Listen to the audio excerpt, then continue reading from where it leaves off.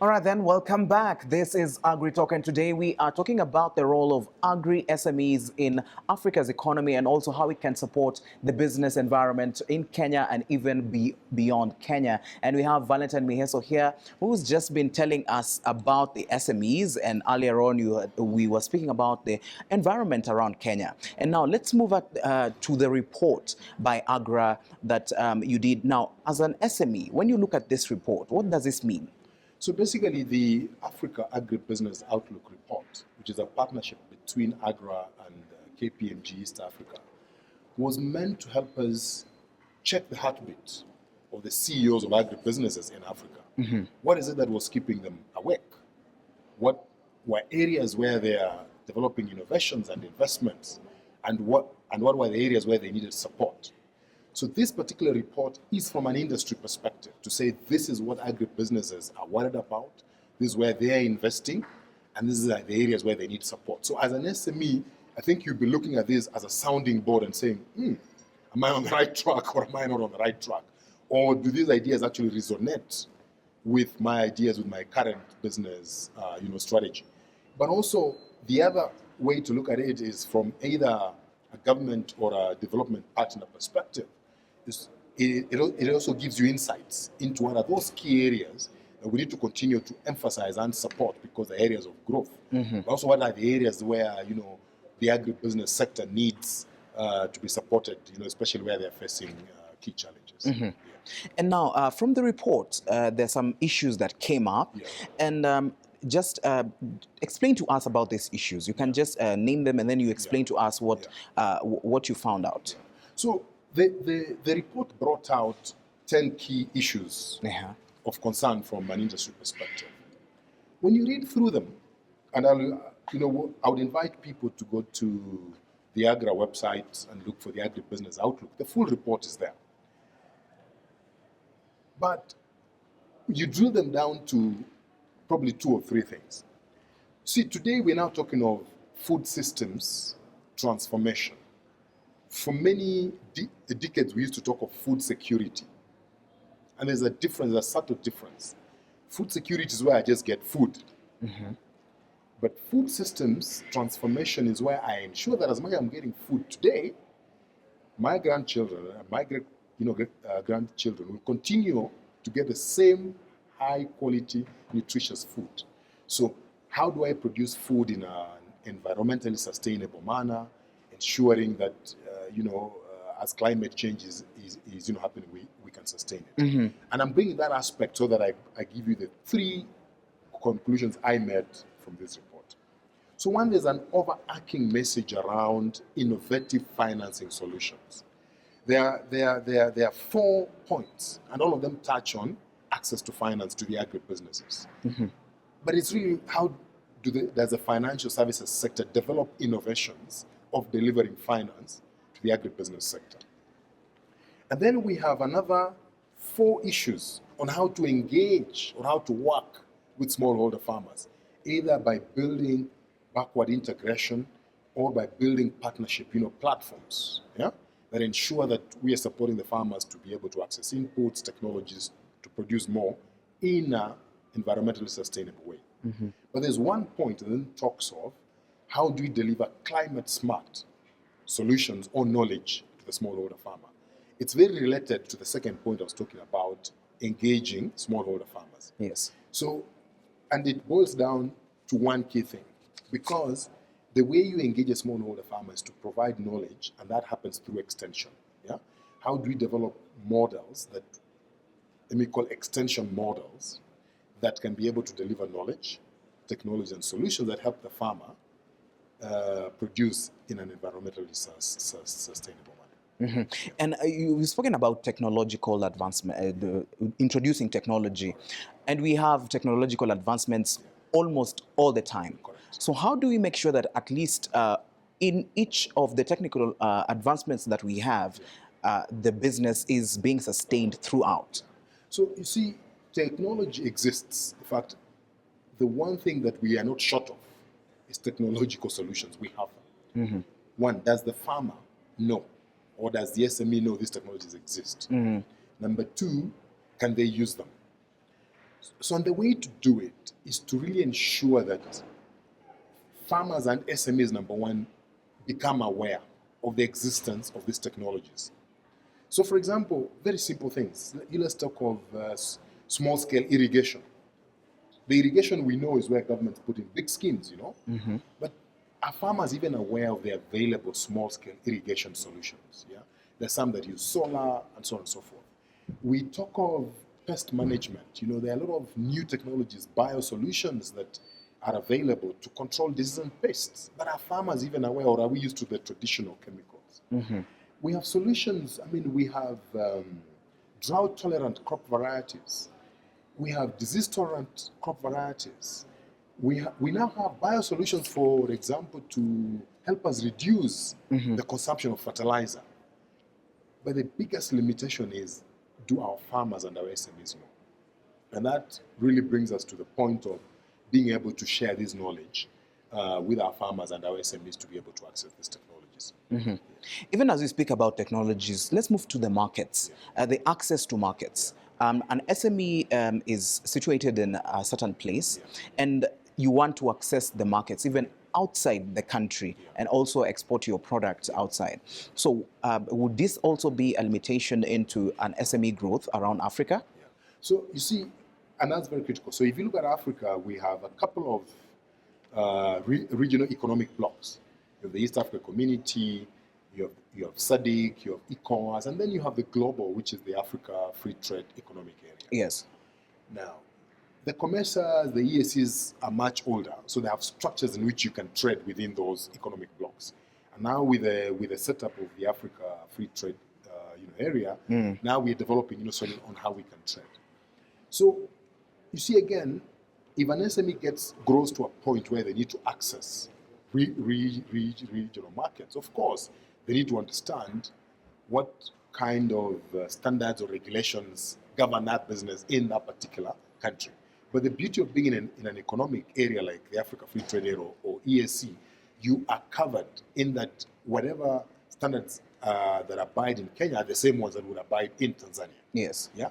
So, but the key thing is to ensure that you have the right quality. Of course, as a country, they'll just not take anything because it's from Kenya. They just have to test and ensure that it actually meets those key standards. And, so trading can happen, and it's an opportunity. As a matter of fact, it's an opportunity not only for SMEs, but for even large and medium-sized, businesses to be able to access those markets. And markets exist, by the way. Yeah, markets exist. No one kid you. Markets exist. The question always is, do you have a solution for those markets? But markets exist. And now, because we're speaking about the Agri-SME, that Agri-SME in a very remote area, how do they make sure that they come into the level of an Agri-SME, which is within a very big opportunity base? How do you do that? You see, any business has phases of growth. Any business has phases of growth. And some businesses will probably live for the rest of their lives just serving that market in their local area, even in a single village. Yes. And that's all the entrepreneur ever wanted to do, But for the more ambitious entrepreneurs, is how do you start, somewhere, then grow beyond your village, beyond your county, beyond your country, and beyond your continent. A lot of it is entrepreneurial drive, but also it's an issue of, as a business, when you're growing, do you now begin to put in structures that allow you to exploit market opportunities. Now, you can be trained, but as a business, you have to then set up yourself to be able to access those markets. So the knowledge and the opportunities exist. You can scour the internet, or you can talk to, consulting firms, and they'll give you all this data. Yes. Yeah. So the opportunities are there. The structures are there to support enterprises do that. They just need to tap into them. Yeah. And how, as we, as individuals, how can we support SMEs? Because a person sets up a business, and then if people don't buy from there or don't make noise about it, then it won't go anywhere. So how can we make sure that we buy from them, promote them? Now with the age of social media, so I have that nice grocer who sells me very good vegetables, and let your friends know. So really, we need to support our enterprises because they play a critical role in how me as a consumer I actually access my food. So I think most importantly, let's buy from them, let's support them, let's make noise about them. Yeah. And even as we are on that point, so should every person who comes up with a business structure it in a way that they serve a certain customer base, or does every entrepreneur need to do that, or they just do it? Because as we were speaking earlier, we said you go to the market, you have to go to every other person, but you have that specific person that you buy from. So advise that agri-SME.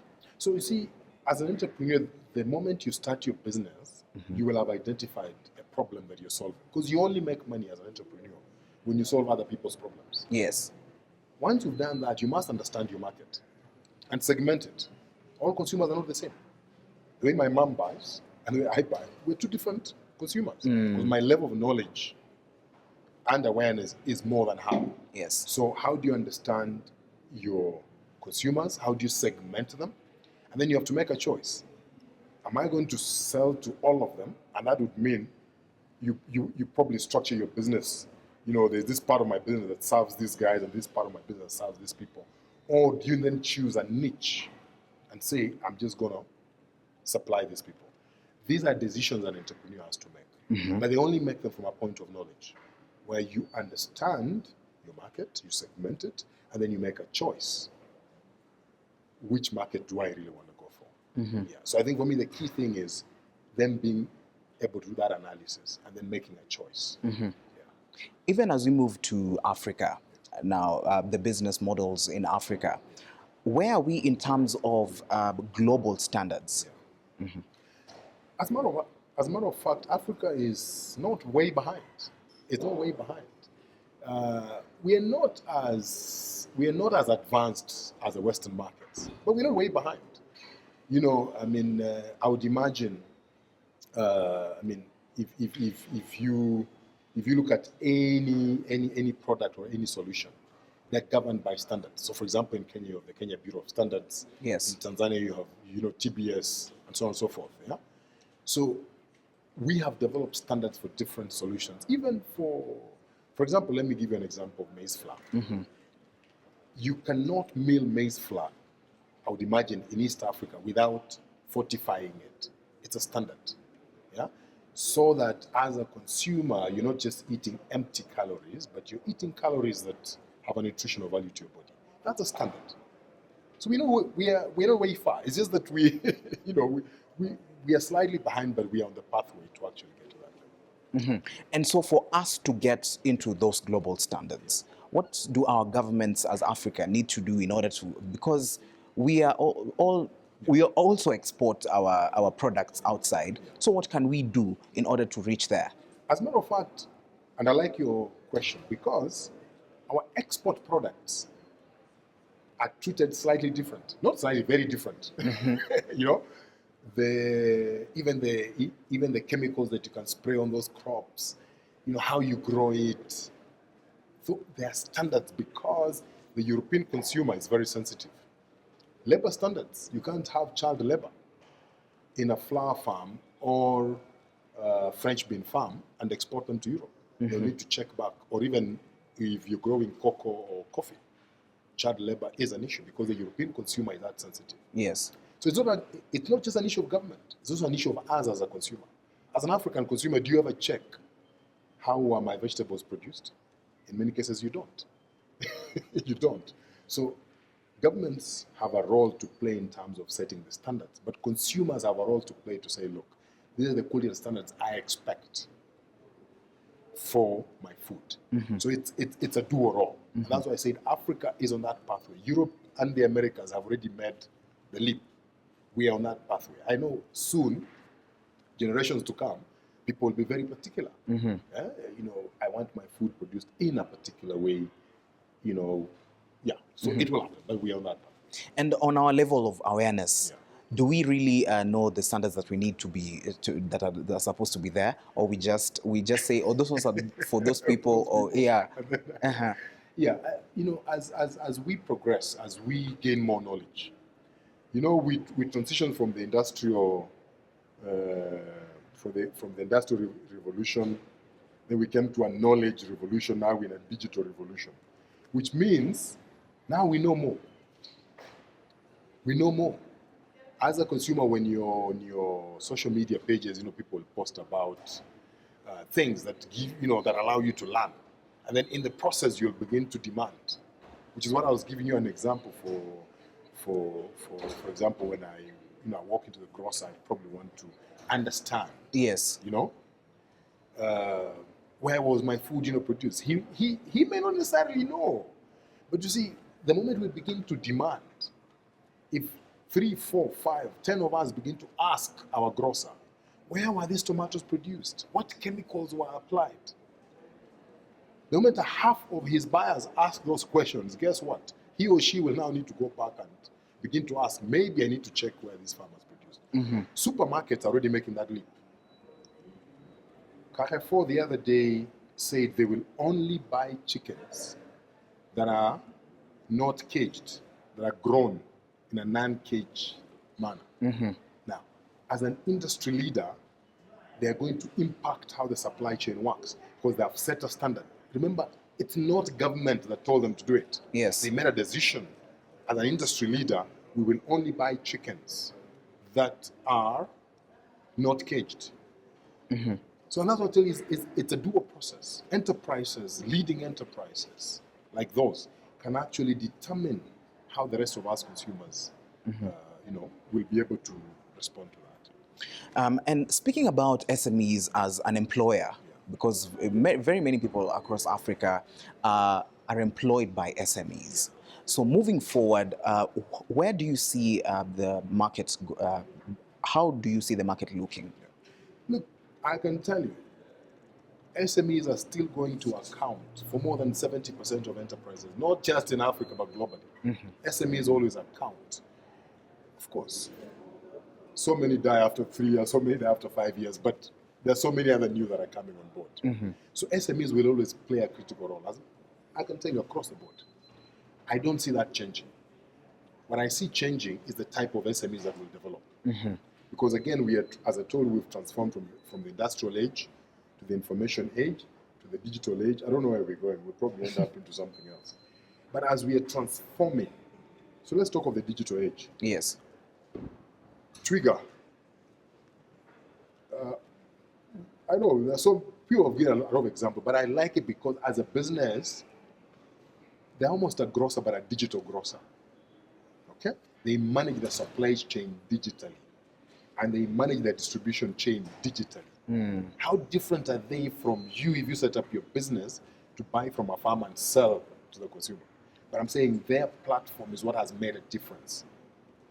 So the type of SMEs that are going to develop is what will change. But will SMEs continue to be developed? Yes, they will. Yeah.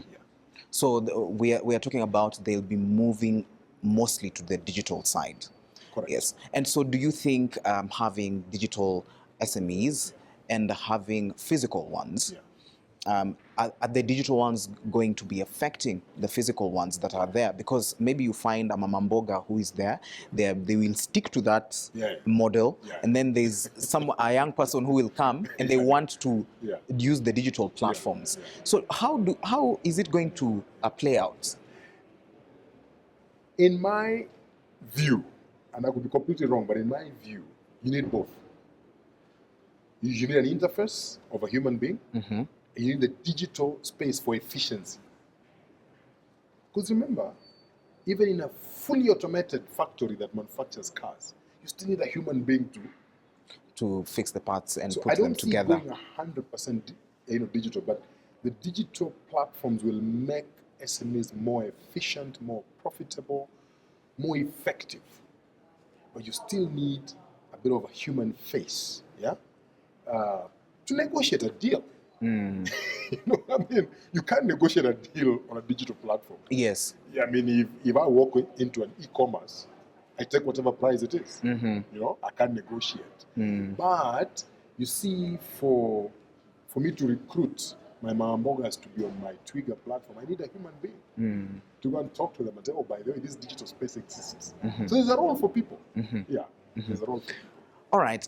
Now, I'm being told we are out of time, but now I just want you to give us your parting shot as an expert from Agra, and you did this report, you did this research, and came up with this report. So, what are we seeing next year as some of the emerging issues, maybe that are going maybe to also repeat themselves again? Yeah. So, your parting shot, and what are some of those issues? I think for me, what's going to be very critical as we move forward is the food systems transformation. The very understanding that we've been hurting the environment so much, we are in the likelihood that we will not be able to continue to produce food. That realization is really going to help us to begin to make investments into our agriculture systems to continue to produce food sustainably. Now, the 10 things that I mentioned here will support that structure, because you need to be financed. You need to engage farmers. You need technologies and solutions. Yes. But for what? For food systems transformation. That, for me, is going to be the next key message for the next 8 years up to 2030. Because by 2030, we need to have zero hunger. We need to have zero poverty. And the only way to do that is to ensure that we have transformed the way we produce food that is nutritious and being delivered to the consumer in an efficient way. All right, there you have it.